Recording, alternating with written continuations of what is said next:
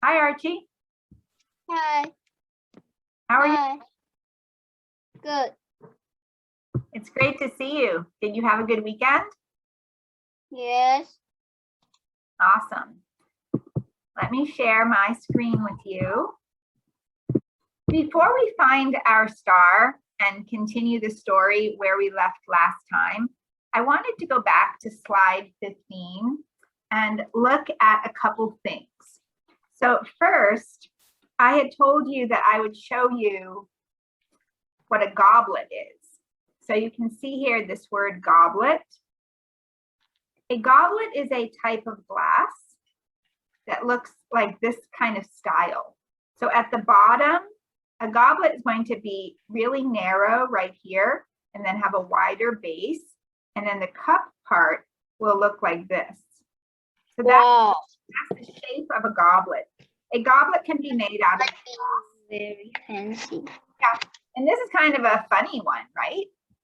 Yes. An artist had a little fun making this goblet, but it is still the same shape because it's narrow here where you hold it, wider at the base, and then the part that you fill up with something to drink is wider. So this is the cup part. The cup part is right here. It's up high.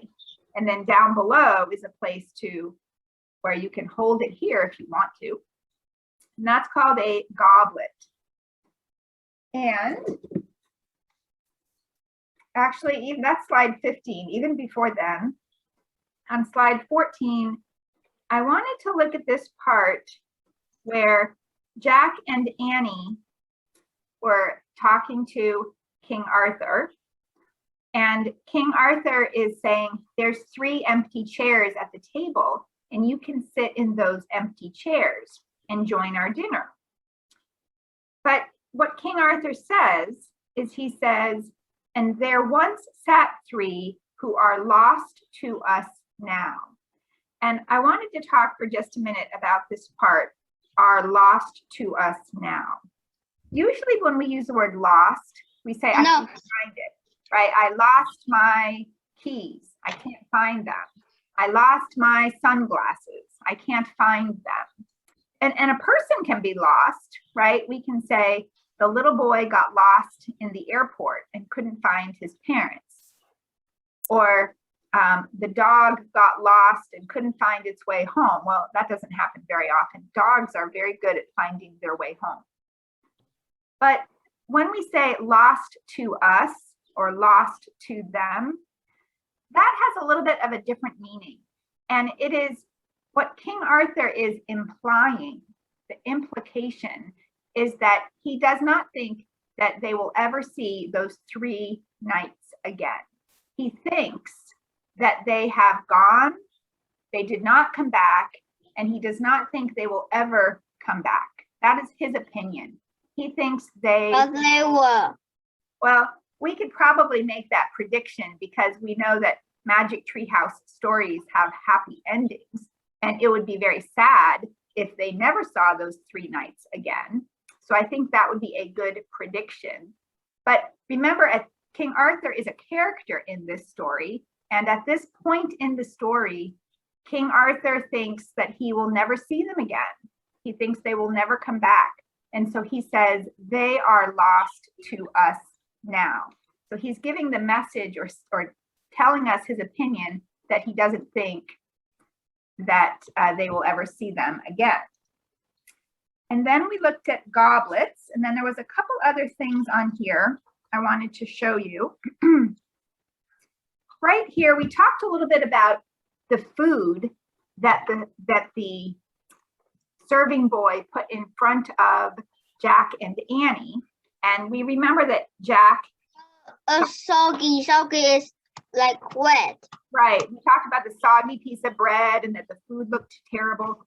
I didn't talk too much about the greasy slab of beef. So he had said the greasy slab of beef and a soggy piece of bread.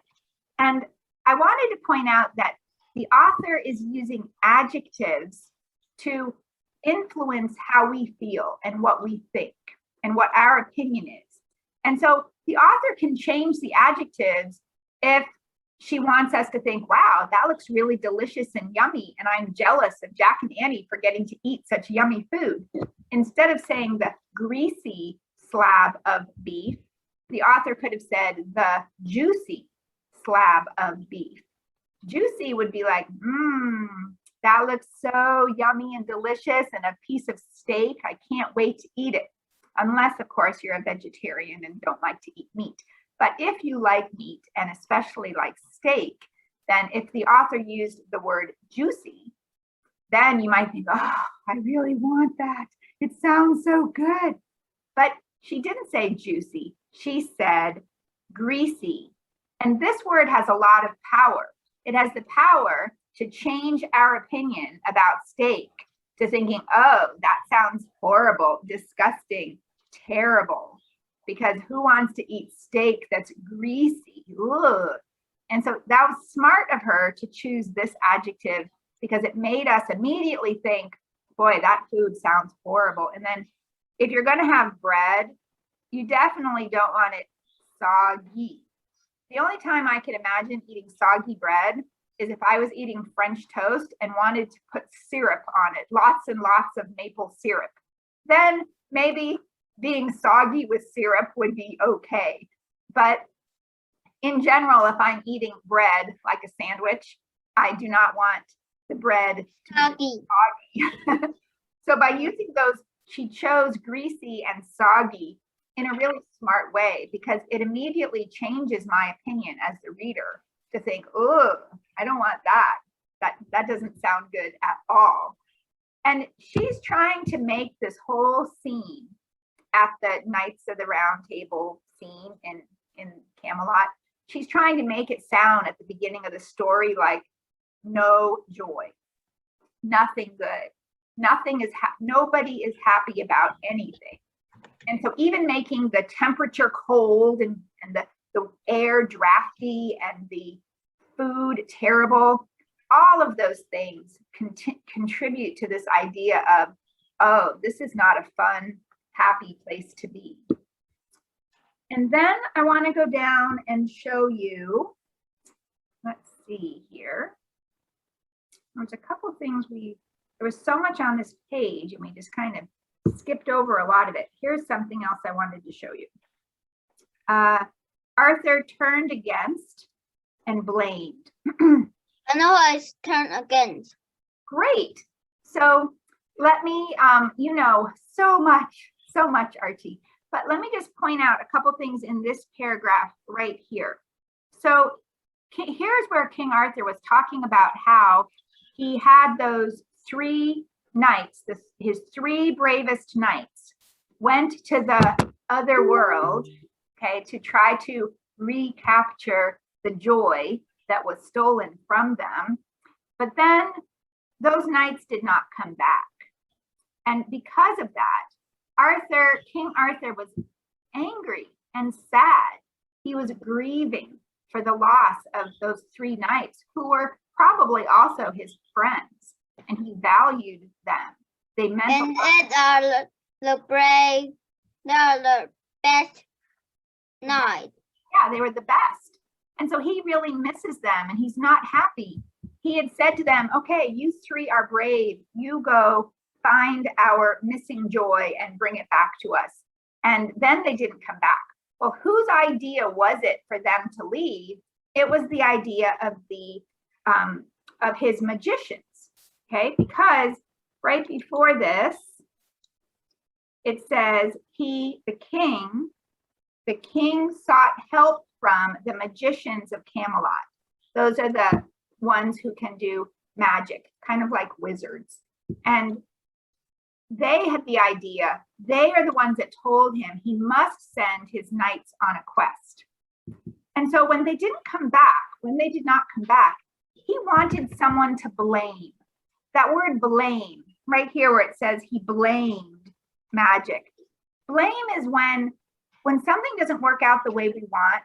Sometimes it's hard to just say, oh, well, I'm disappointed, but you know, that happens sometimes. Life does not always work out the way we want. I can deal with it. I can be flexible. Sometimes it's hard to do that. And some people want to blame someone. They want to find someone that you can say, it's all your fault. And so blaming someone else is actually not a good feeling. And we probably should try not to do that very much. But some people, when they're so sad or they have so much grief, they might feel angry. And in their anger, they might turn and say, who can I blame? Whose fault is this? When you're blaming someone, you're saying it's your fault. Well, whose idea was it for those 3 nights to leave? It was the magician's. And so when it says he turned against, that means it's kind of like he's turning his back on them and saying, you are not my friends anymore. I do not respect you anymore.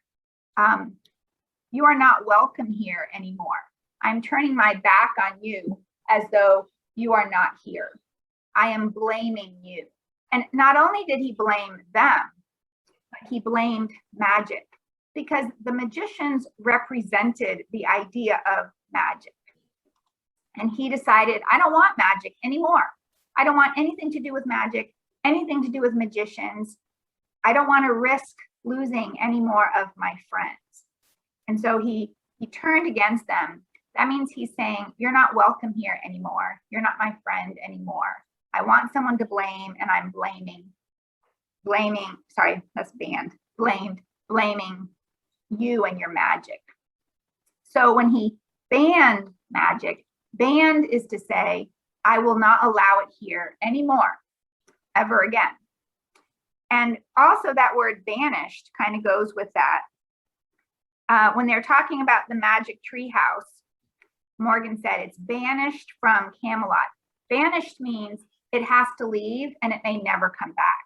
So it's it's a word that's not temporary. It's like permanent. Banished means you may not come back ever.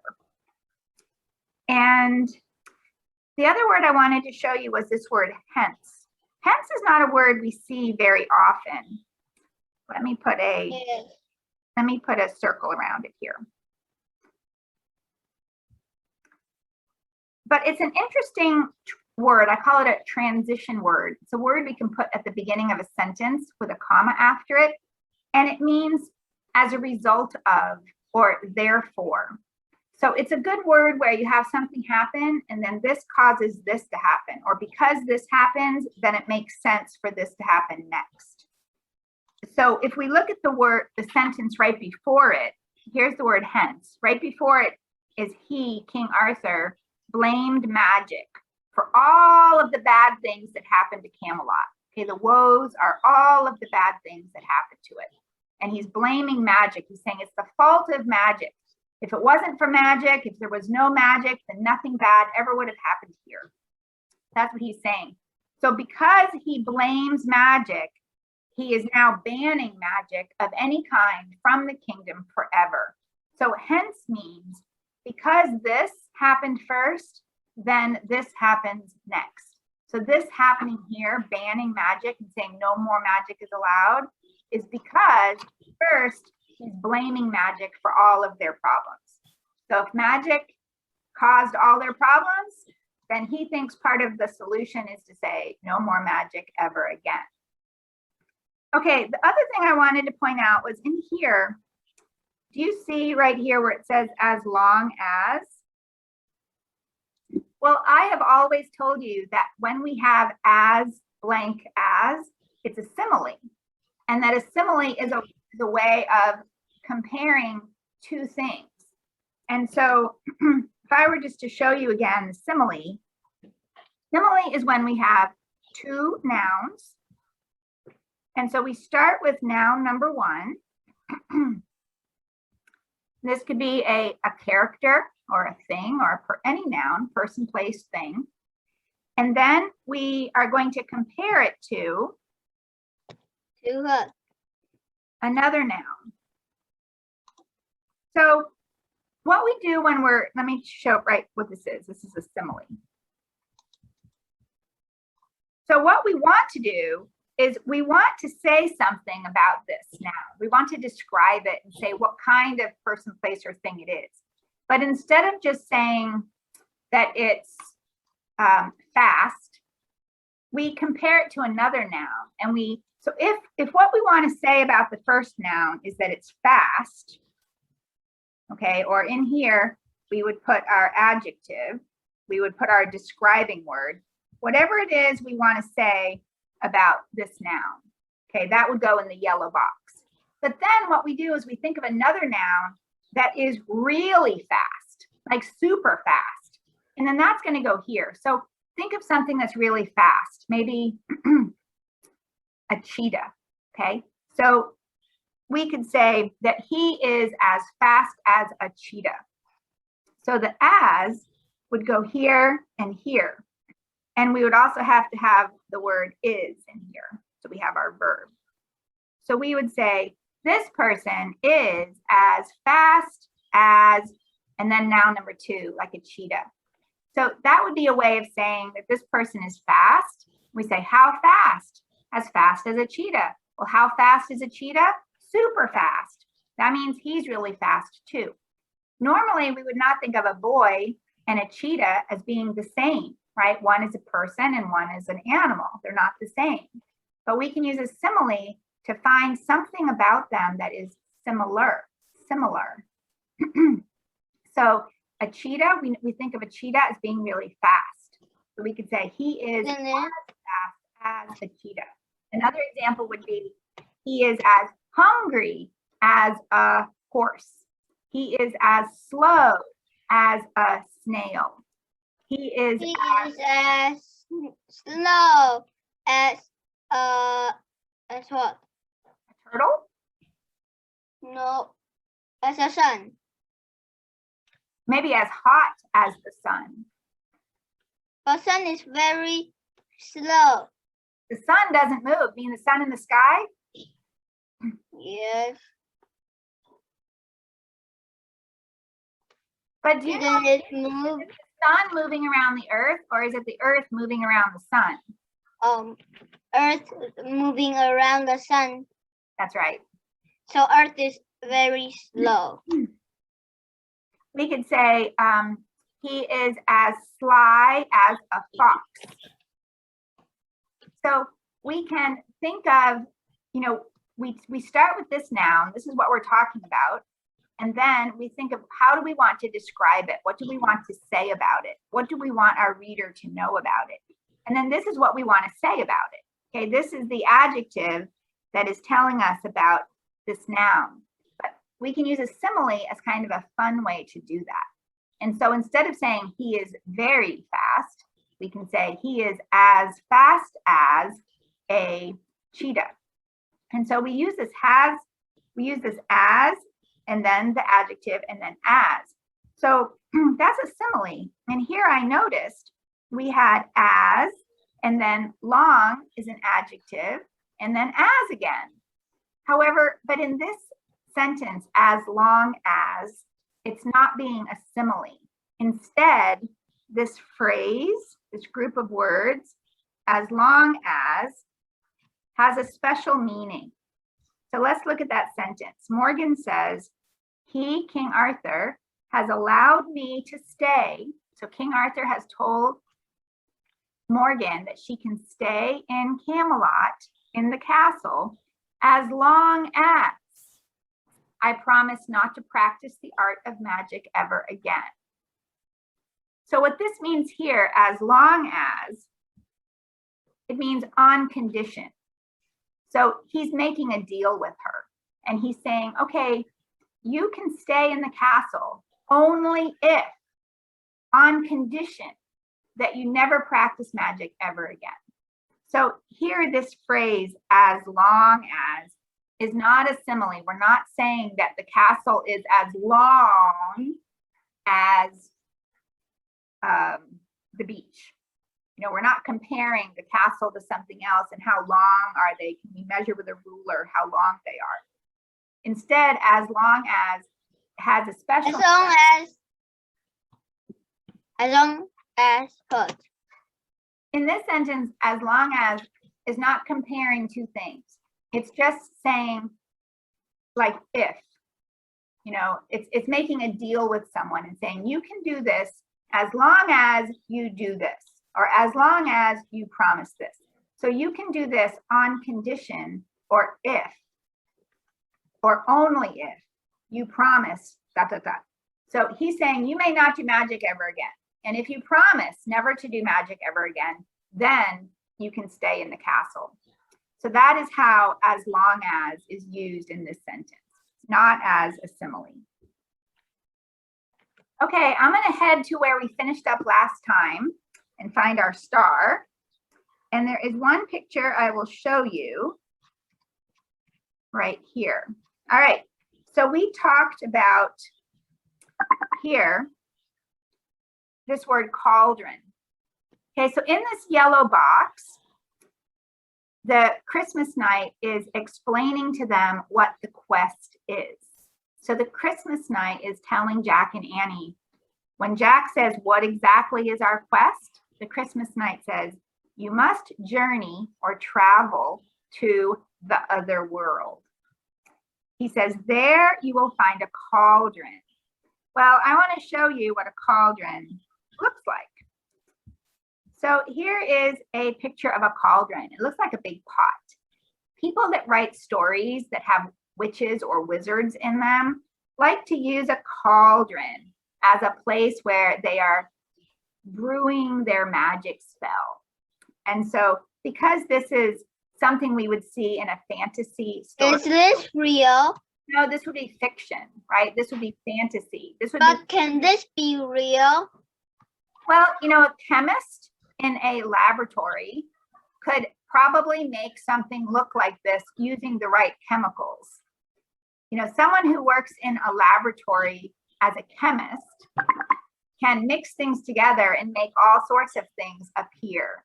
But this picture would just be in a fiction book, something that an illustrator is drawing a picture of. What is this bottle?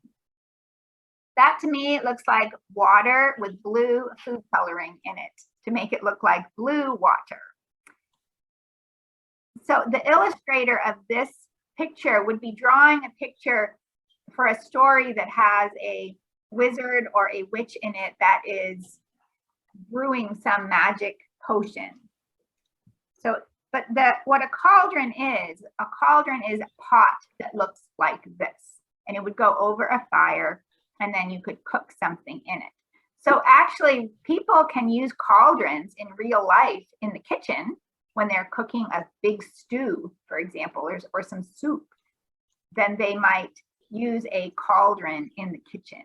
But a lot of times in a fantasy story or a fiction story, if we have a wizard or a witch character, then the author might use the word cauldron because the author wants you to be thinking about something like this.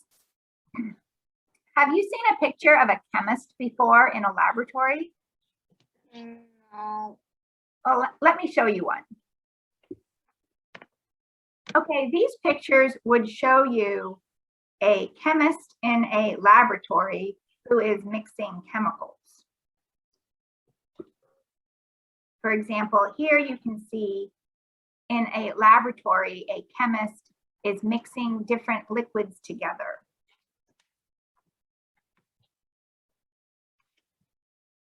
This is kind of a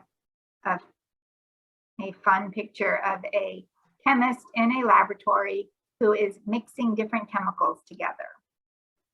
Here is another picture of a chemist in a laboratory who is mixing different chemicals together.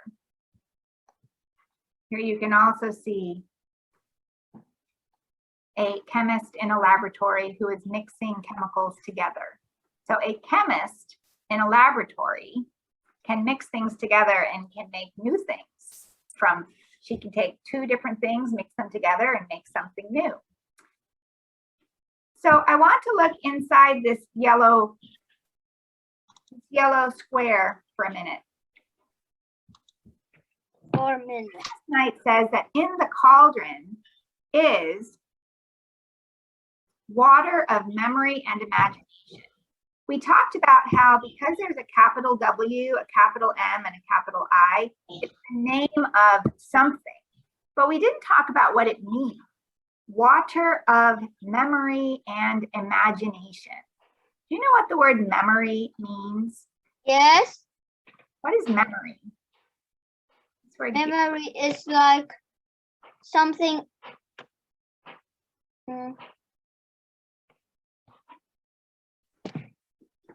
Archie, I want you to notice something. You can see that word memory in the corner, okay? Now with that word. Oh, it's memory, but it is something that you do it and you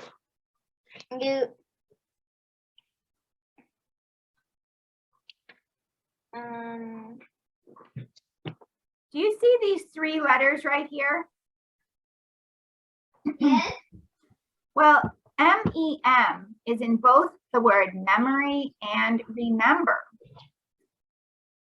Memory is that part of our brain that helps us to remember things. If we lose our memory, then we cannot remember what happened to us.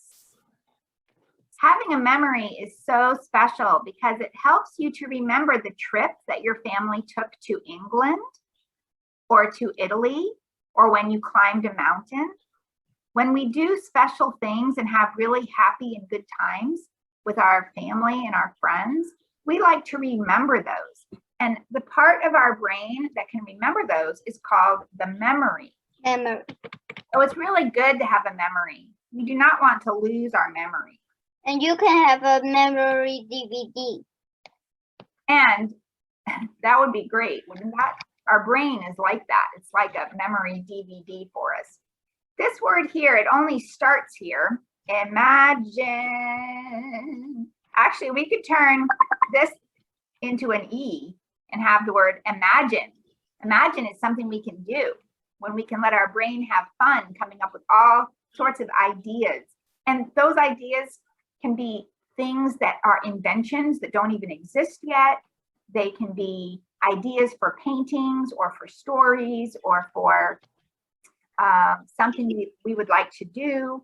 So it's when we let our brain just kind of have fun and think of new things. Imagine, all the way back to the beginning of the next line, imagination. So imagination is when we let our brain imagine things. It's that part of our brain that likes to come up with crazy ideas and fun things that don't have to be real. Just they're our own ideas. That's using our own imagination. If we only memorize things from a book, or only say things that someone else told us to say, or only learn things that the book told us to learn, then we are not using our own imagination. We are just listening to someone else's ideas and someone else's knowledge and facts. And then we're just saying all those things back to people. But using our own imagination means that we can come up with our own ideas that no one else comes up with. That's just from us, from our own brain. So that's also a really special thing to have. Having memory and having imagination are really great, and they can give us joy. And I think if we did not have a memory, if we could not remember anything that ever happened to us, any of the special things we ever did with our family or our friends, and if we had no imagination and could not come up with any of our own ideas at all, and could only just know what other people tell us to know, if we don't have that memory and if we don't have that imagination, I'm not sure how much joy we would feel in our life. So I think the idea of this water, this something we can drink that could give us back our memory and back our imagination, that could help our brain have those two things again, I think that would give us joy again. I think that might be the key or the ticket or the solution to letting us feel joy again.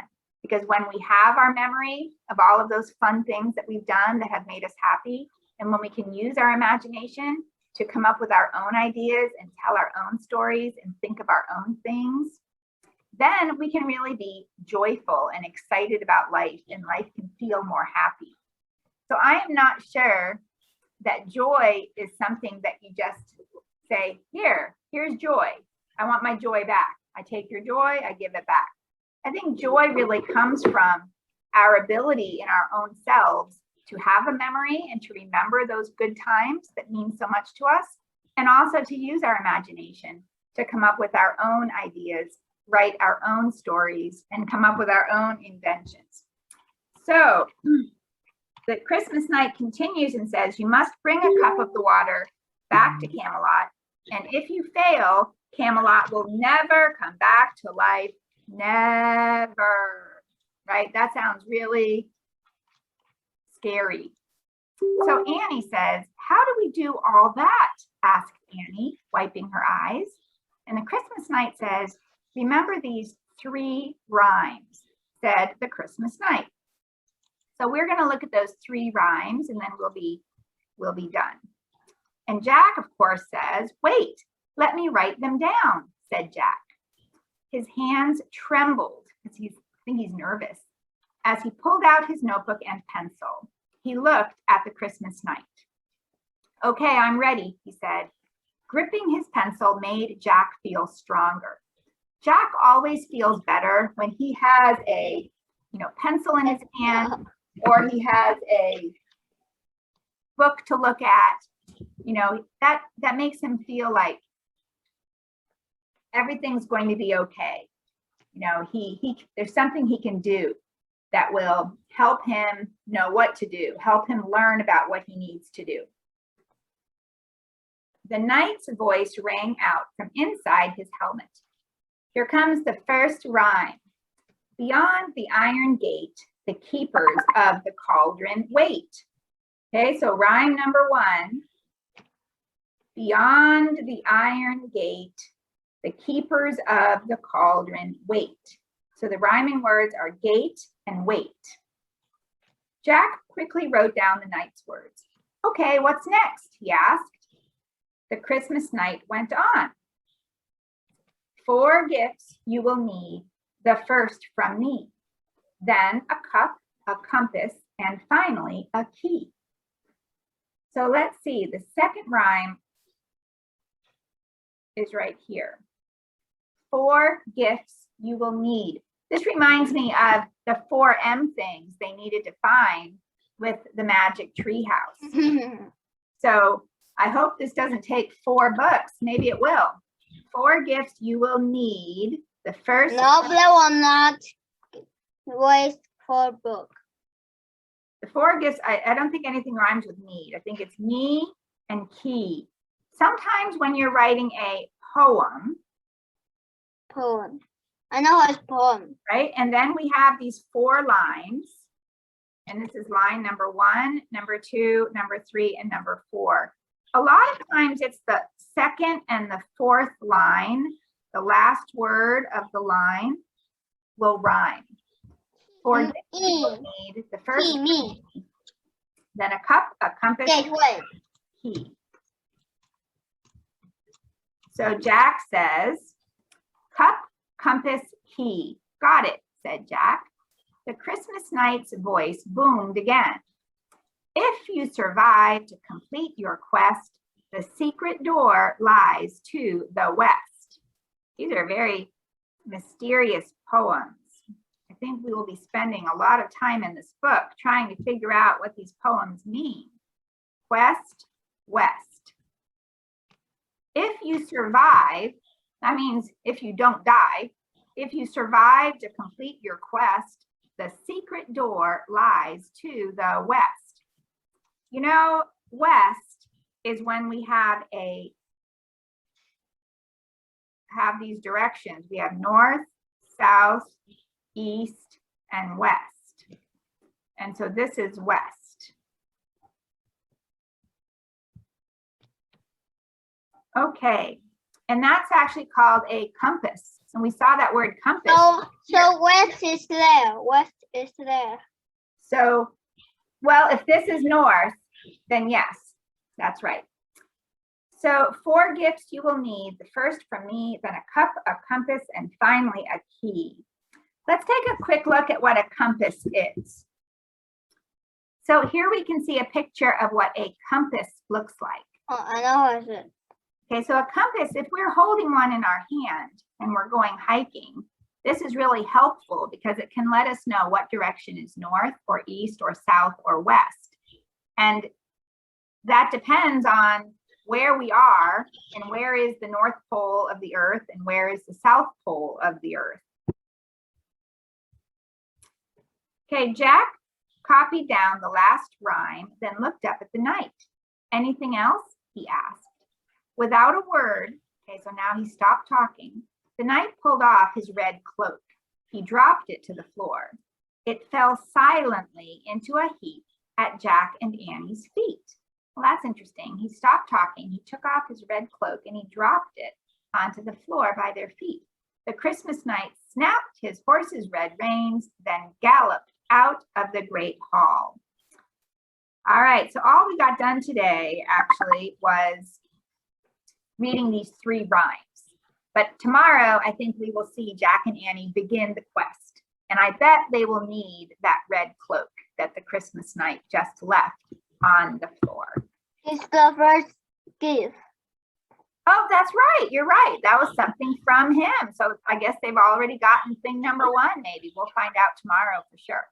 All right. Thanks so much, Archie. So long. Cheers. Bye, Archie.